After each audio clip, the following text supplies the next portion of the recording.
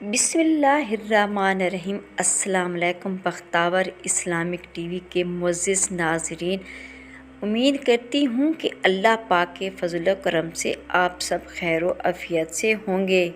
لاکھوں کروڑوں درود و سلام ہو آقا محمد صلی اللہ علیہ وآلہ وسلم پر، لاکھوں کروڑوں درود و سلام ہو اہل بیت پر۔ ویڈیو شروع کرنے سے پہلے میری چھوٹی سی آپ سے گزارش ہے کہ ایک بار درود پاک پڑھ کر نبی کریم صلی اللہ علیہ وسلم کی خدمت میں پیش کریں۔ ماہ رمضان کا بابرکت دن ہماری زندگی میں آ چکا ہے۔ اس مہینے میں اللہ کی خاص رحمتیں، برکتیں اور سلامتی نازل ہوتی ہے۔ اللہ تعالیٰ نے ہم پر کتنا احسان کیا ہے کہ ہماری زندگی کے اندر رمضان المبارک اللہ تعالیٰ نے ہمیں نصیب فرمایا۔ زندگی اللہ کی امانت ہے، اگر وہ چاہتا تو ہماری زندگی کے اندر یہ موقع ہمیں نہ ملتا۔ آج ہم اسے فائدہ اٹھاتے تو سب سے پہلے جن کے گھر کے اندر پیسے کی کمی ہے، یا گھر نہیں ہے، گاڑی نہیں ہے، اس کے علاوہ تنگ دستی ہے، پیسہ نہیں ہے، ذاتی مکان نہیں ہے، تو آج اس کے لیے اللہ تعالیٰ نے خاص موقع دیا ہے کہ وہ اللہ کی ذات کے سامنے ہاتھ اٹھا کر اللہ سے یہ چیزیں مانگ لیں۔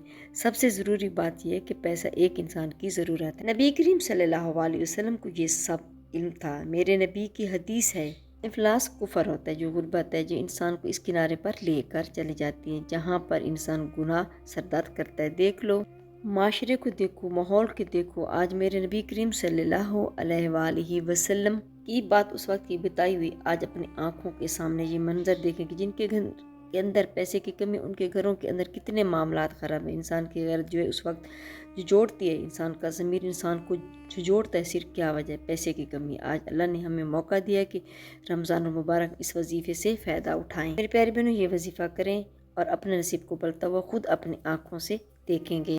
پتہ نہیں یہ دن دوبارہ نصیب ہوں گے بھی یا نہیں۔ ویڈیو آپ مکمل دیکھا کریں، تبھی آپ وظیفے کو پورا دھیان سے سن سکیں گے اور سمجھ سکیں گے۔ رمضان المبارک بابرکت مہینے جس میں تمام بھلائیوں کے دروازے کھول دیے جاتے ہیں، آسمان سے برکتیں اتاری جاتی ہیں، گناہ گار بخش دیے جاتے ہیں اور برائیاں مٹا دی جاتی ہیں، اسی لیے ان کو گناہوں کو بخشش کا ذریعہ بننے والا مہینہ کہا جاتا ہے۔ میرے پیارے بہنوں، یہ رمضان کا مہینہ، اس مہینے کی اتنی برکت فضیلت ہے، اللہ پاک اس کی برکت سے جنت کے تمام دروازے کھول دیتا ہے۔ نبی کریم صلی اللہ علیہ وسلم نے ارشاد فرمایا، تمہارے پاس ماہ رمضان آیا ہے، یہ رمضان المبارک مہینہ ہے، اللہ تعالیٰ نے تم پر اس کے روزے فرض کیے ہیں، اس میں جنت کے دروازے کھول دیے جاتے ہیں، جہنم کے دروازے بند کر دیے جاتے ہیں اور بڑے شہزادین کو جکڑ دیا جاتا ہے۔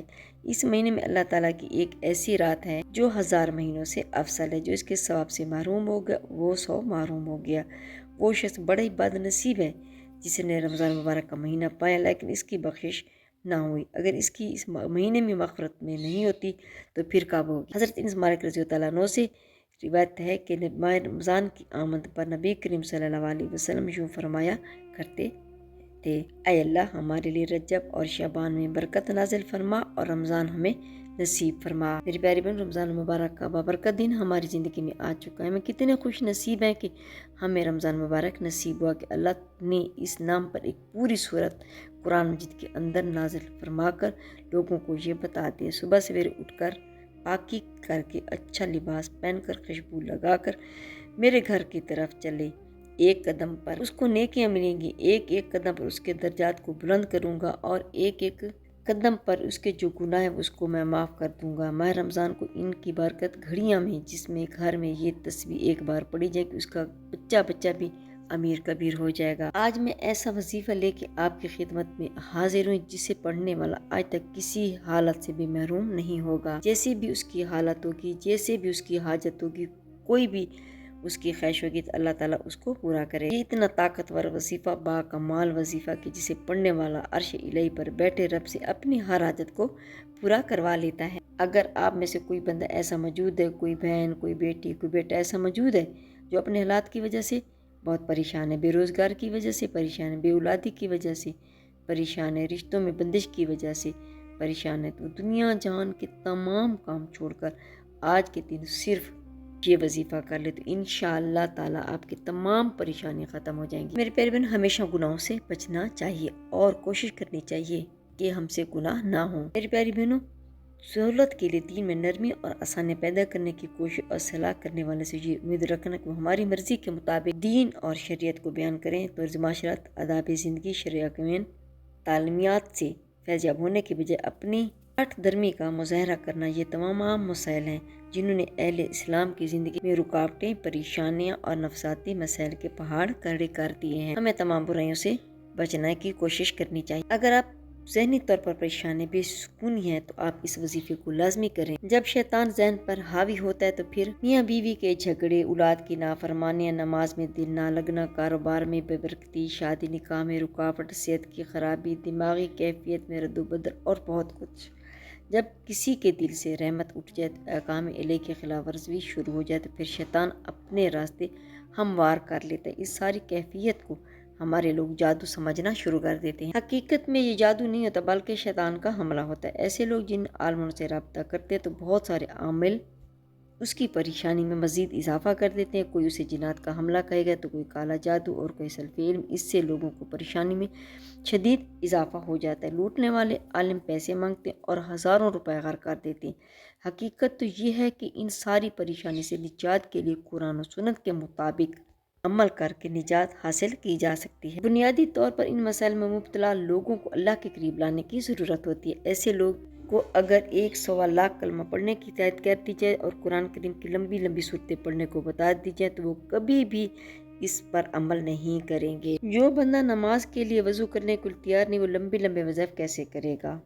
ایسے لوگوں کو سب سے پہلے استغفار کی طرف لایا جائے اور اس کا ولی کامل کی بارگاہ اس کی بھلائی کی دعا کروائی جائے تاکہ اس کے دل کی حالت بدلے، تاکہ وہ ہدایت پا سکے۔ نبی کریم صلی اللہ علیہ وسلم نے ارشاد فرمایا، اللہ پاک کے پسندیدہ مہینوں میں رمضان کا مہینہ، یہ اللہ پاک کے مہینہ، جس نے اللہ پاک کے مہینے رمضان کی تعظیم کی، اس نے اللہ پاک کے حکم کی تعظیم کی اور اس نے خدا کے حکم کی تعظیم کی، اللہ پاک اس کو نعمتوں والے باغ میں داخل کرے گا اور اس کے لیے اپنی بڑی رضا واجب کرے گا۔ تو میری پیاری بہنوں، میں نے تمام بزرگان دین سے ایک سبق سیکھا کہ ذہنی، نفسیاتی اور معاشی مسائل کا انسان کو اللہ کے قریب لو، استغفار کی طرف راغب کرو۔ اس سلسلے میں استغفار کی کثرت اور تیسرے کلمے کا ورد اکثیر ثابت ہوا۔ تیسرا کلمہ کیا؟ اس کی برکات کے علماء کرام نے اس کا تجربہ کرتے لکھا کہ حضرت ابن عباس رضی اللہ عنہ فرماتے ہیں کہ اللہ تعالیٰ نے عرش بنائے اور فرشتوں کو اسے اٹھانے کا حکم دے تو فرشتوں کو عرش بہت وزنی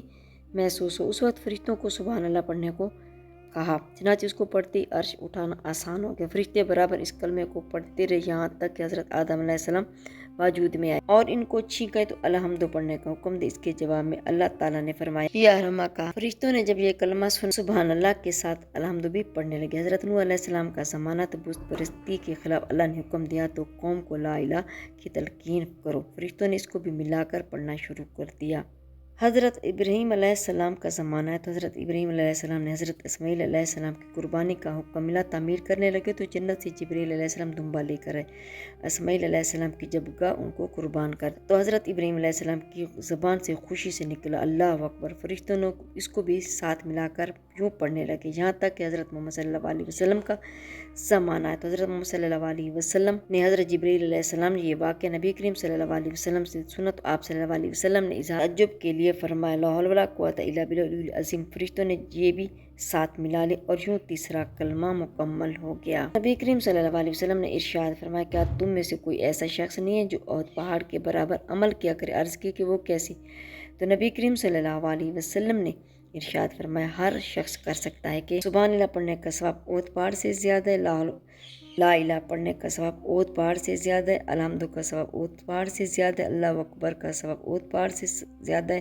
تو نبی کریم صلی اللہ علیہ وسلم کی زبان مبارک اور پھر علماء اکرام کے عمل سے ثابت ہوا کہ اس میں کوئی انمول خزانہ ضرور چھپا ہوا ہے۔ مدینے والا آقا دو جہان صلی اللہ علیہ وسلم نے اس میں موجودہ کلمات کو احد جیسے بلند پہاڑ سے بھی زیادہ بابرکت فرمایا۔ بزرگان دین نے اس کے بہت سے فوائد لکھے ہیں۔ پیارے بہنوں، الحمدوں کی بہت زیادہ برکتیں نصیب ہوتی ہیں، اگر کہیں کمی ہو تو وہ اپنے یقین اور اعتماد میں ہوتی ہے۔ ذہنی سکون، گھریلو پریشانی، میاں بیوی کے اختلافات، رزق میں تنگی، کاموں میں رکاوٹ، مقدمات میں پریشانی، عبادت میں دل لگانے کے لیے، روحانی ترقی پانے کے لیے، جادو، شیطانی اثرات اور جنات سے نجات پانے کے لیے، ایک مسلمان کے ہر روحانی مسائل کے حل کے لیے تیسرا کلمہ ایک عظیم نعمت ہے۔ تیسرے کلمے سے بہت زیادہ فائدے حاصل ہوتے ہیں۔ جس قدر ایمان پختہ اور یقین مضبوط ہوگا اتنی لذت محسوس ہوگی۔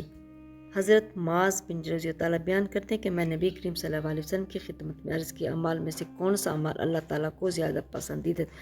تو آپ صلی اللہ علیہ وسلم نے ارشاد فرمایا ترجمہ، تمہاری موت اس حال میں ہے کہ تمہاری زبان اللہ کے ذکر سے تر ہو۔ ہمارے ہاں جو تیسرا کلمہ مصروف ہے جس کے اندر بنیادی طور پر تسبیح، تکبیر اور لا حول ولا قوت الا باللہ کے کلمات ہیں، اسی حدیث مبارکہ میں بہت سے فائدے بیان کیے گئے۔ چنانچہ حضرت ابو ہریرہ رضی اللہ تعالیٰ سے روایت ہے کہ نبی کریم صلی اللہ علیہ وسلم نے ارشاد فرمایا اپنی حفاظت کا انتظام کیا کرو۔ کسی نے پوچھا یا رسول اللہ علیہ وسلم کسی دشمن کے حملے سے کیسے اپنی حفاظت کریں؟ نبی کریم صلی اللہ علیہ وسلم نے فرمایا نہیں بلکہ جہنم کی آگ سے حفاظت کا انتظام کرو اور وہ سبحان اللہ و بحمدہ ہی کا ذکر ہے، یعنی کہ تیسرا کلمہ پڑھا کرو۔ یہ کلمات قیامت کے دن آگے بڑھنے والے کے کلمات ہیں، یعنی یہ کلمات انسان کی سفارش کریں گے، یہ آگے بڑھانے والے ہیں کہ پڑھنے والے کو جنت کی طرف بڑھاتے ہیں، اور پیچھے رہنے والے ہیں سفارش کریں اور نجات دلانے والے، اور یہی واقعات ہیں۔ ایک شخص نے نبی کریم صلی اللہ علیہ وسلم کے پاس آیا اور کہنے لگا کہ میں قرآن پڑھنے کی استطاعت نہیں رکھتا، آپ مجھے کچھ ایسا عمل سکھائیں جو مجھے قرآن کی جگہ کیفیت کر کی جائے۔ تو نبی کریم صلی اللہ علیہ وسلم نے ارشاد فرمایا کہو سبحان اللہ و بحمدہ، یعنی کہ تیسرا کلمہ ان کو پڑھایا۔ اس کے بعد آپ صلی اللہ علیہ وسلم نے فرمایا دن میں 30 مرتبہ آپ تیسرا کلمہ پڑھا کرو، اس طرح تمہاری تمام مشکلات حل ہو جائیں گی۔ تیسرا کلمہ ایسا صدقہ ہے جو آسمان اور زمین کے اندر درمیان تمام چیزوں کو بھر دیتے ہیں۔ حضرت عبداللہ بن عمر رضی اللہ تعالیٰ سے مروی ہے کہ نبی کریم صلی اللہ علیہ وسلم نے ارشاد فرمایا جو شخص 100 مرتبہ صبح اور 100 مرتبہ شام کو سبحان اللہ کہے وہ 100 حج کرنے کی مانند ہے۔ جو آدمی صبح اور شام 100 مرتبہ الحمد کہے اس شخص کی طرح جس نے اللہ تعالیٰ کے راستے میں 100 جہاد گھوڑوں پر سوار کیا، یعنی لڑنے والے غازی کی طرح۔ جو شخص صبح شام 100 مرتبہ لا الہ کہے وہ اس آدمی کی طرح جس نے حضرت اسماعیل علیہ السلام کی اولاد سے 100 غلام آزاد کیے، اور جس نے صبح شام 100 مرتبہ اللہ اکبر کیا تو اس دن سے اچھا عمل کسی نے نہیں کیا، البتہ وہ شخص جو تعلیمات اس طرح کہے اور اس سے زیادہ بار کہے۔ ایک روایت میں ہے کہ نبی کریم صلی اللہ علیہ وسلم نے مجھ سے فرمایا کہ آپ کو ایک ایسا کلمہ نہ بتاؤں جو جنت کے خزانوں میں سے ایک خزانہ ہے۔ میں نے عرض کیا یا رسول اللہ صلی اللہ علیہ وسلم ضرور بتائیں، تو آپ نے ارشاد فرمایا کلمہ ہے تیسرا لا حول ولا قوت الا باللہ۔ حضرت ابو ہریرہ رضی اللہ عنہ سے روایت ہے کہ جناب نبی کریم صلی اللہ علیہ وسلم نے فرمایا لا حول ولا قوت باکثرت سے پڑھا کرو کیونکہ جنت کے خزانوں میں سے یہ ایک خزانہ۔ تیسرا کلمہ تو ہر انسان کو آتا ہے، چھوٹے سے چھوٹے بچے کو بھی زبان نہیں آتے، تو میری پیاری میں کوشش کیا کریں کہ زیادہ سے زیادہ تیسرا کلمہ کا ورد کیا کریں، کیونکہ اس کے پڑھنے سے گھر میں برکت آتی ہے، رزق بہت ملتا ہے اور نحوست ختم ہو جاتی ہے۔ اگر آپ کے گھر میں بیٹیاں جوان ہیں تو آپ ان کے لیے رشتوں کی وجہ سے پریشان، تو آپ ان کو لازمی پڑھا کریں، اس کی برکت سے رشتے چل کر خود آپ کے گھر آئیں گے۔ اگر آپ کو نوکری نہیں ملے، کوئی بھی مسئلہ ہے، تو آپ اس کو لازمی پڑھ لیا کریں۔ میری پیاری بہنوں آج کے میں عمل کی طرف چلتی ہوں ٹائم سے کیے بغیر، تو میری پیاری بہنوں سب سے پہلے آپ نے یہ کرنا ہے کہ رمضان المبارک ہفتے کے دن 19 روزے کو آپ نے سورۃ فجر کو 7 مرتبہ پڑھنا ہے۔ سب سے پہلے پڑھنے سے پہلے آپ نے درود پاک پڑھنا ہے، درود پاک ابراہیمی پڑھیں گی تو سب سے زیادہ آپ کو فائدہ ہوگا، کیونکہ درود ابراہیمی کی بہت ساری فضیلت ہے۔ اگر درود ابراہیمی آپ کو نہیں آتا تو آپ کوئی سے آپ بھی درود پاک پڑھ سکتے ہیں۔ جب آپ وظیفہ کرنے بیٹھیں تو اپنے پاس کچھ راشن رکھ لیں، یعنی کہ آپ روٹی بھی سالن بھی رکھ سکتے ہیں، گندم رکھ سکتے ہیں، باجرہ رکھ سکتے ہیں، جو کوئی چیز آپ نے کھانے کے بنا تو وہ اپنے سامنے رکھ سکتے ہیں۔ پھر جو بھی آپ کا مقصد ہے آپ نے اس کی نیت کر لینی ہے، حاجت کر لینی ہے کہ میں اس مقصد کے لیے اس عمل کو کر رہا ہوں یا کر رہی ہوں۔ زیادہ بہتر یہی ہے کہ جب آپ یہ عمل کرنے لگے تو اپنے پاس کھانا رکھیں، جو آپ خود کھاتے ہیں وہ ویسے ہی کھانا اپنے سامنے رکھیں، اور آپ نے اس عمل کو پڑھنا ہے، یعنی کہ سورۃ فجر کو آپ نے پڑھنا ہے 7 مرتبہ۔ پھر جب آپ پڑھ لیں اپنے حاجت کے لیے دعا کریں اور اس کھانے پہ دم کر دیں۔ پھر وہ کھانا جو ہے آپ نے کسی مسکین غریب کو ہی دینا ہے جو پیٹ بھر کے کھا سکے۔ اگر آپ کے اڑوس پڑوس میں کوئی غریب یتیم نہیں رہتا تو پھر وہ کھانا آپ پرندوں وغیرہ کو بھی ڈال سکتے ہیں، پھر آپ کے لیے دعا کریں گے۔ میری پیاری بہنوں یہ عمل 3 دن تک لگاتار کرنا ہے۔ جو بھی آپ کا مقصد ہے، جو بھی آپ کی پریشانی ہے، انشاءاللہ کچھ ہی دنوں میں آپ خود دیکھیں کہ اللہ تعالیٰ نے کیسے راستے ہموار کرتے ہیں۔ میری پیاری بہنوں میری کوشش یہ ہوتی ہے کہ اچھی سے اچھی ویڈیو لے کے آپ کی خدمت میں پیش کروں تاکہ آپ کی معلومات میں بھی اضافہ ہو سکے اور آپ اس سے فائدہ بھی اٹھا سکیں۔ میری ویڈیو دوسرے بہن بھائیوں کے ساتھ شیئر کر دیا کریں تاکہ وہ بھی اس سے فائدہ اٹھا سکیں۔ جزاک اللہ۔ اگر میری آج کی ویڈیو آپ کو اچھی لگی ہو تو لائک کریں، شیئر کریں، سبسکرائب کریں، بیل آئیکن کو پریس کریں تاکہ ہر آنے والی میری ویڈیو آپ تک بآسانی پہنچ سکے اور میری حوصلہ افزائی ہو۔ فی امان اللہ۔